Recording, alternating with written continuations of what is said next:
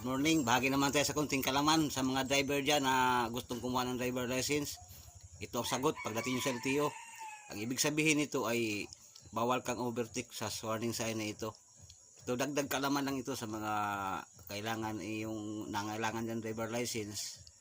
Ang sagot niyo ito sa pagdating nyo sa LTO, ito talaga ma-counter nyo ito. Ibig sabihin nito ay ito na warning sign na ito ay bawal kang overtake.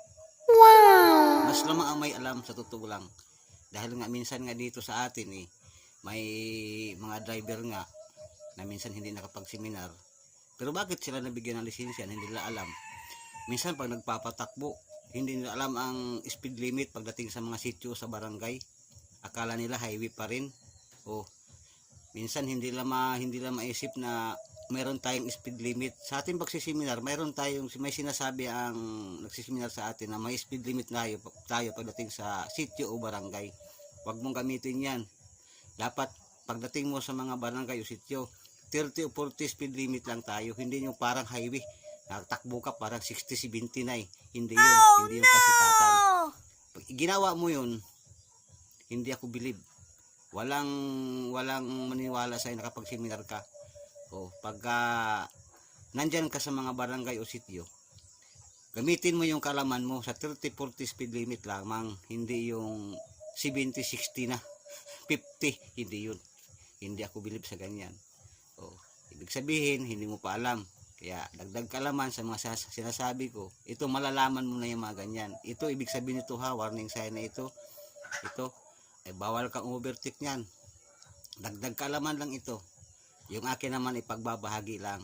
Di kaya sinasabi ko, tumatanda na ako sa pagmamaniho. 22 years ako nagmamaniho sa Luzon. O, sa Luzon yan ha. Sa Luzon, hindi ka bibigyan ng driver license pag hindi ka nakapag-seminar. Kaya, bago ka makahawak ng driver license doon, sigurado akong 100% may malalaman ka. Yun ang aking ibig sabihin. O, kaya yung iba dyan na gustong kumuha ng driver license, dagdag kalaman ito para sa inyo. Laging tandaan, mas lamang ang may alam. At pagdating nyo naman sa mga sitio o barangay, gamitin natin yung mga speed limit 30 o 40.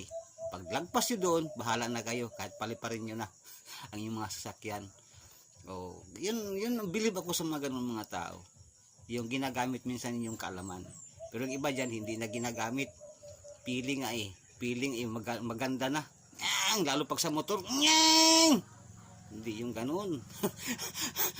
Tatawanan lang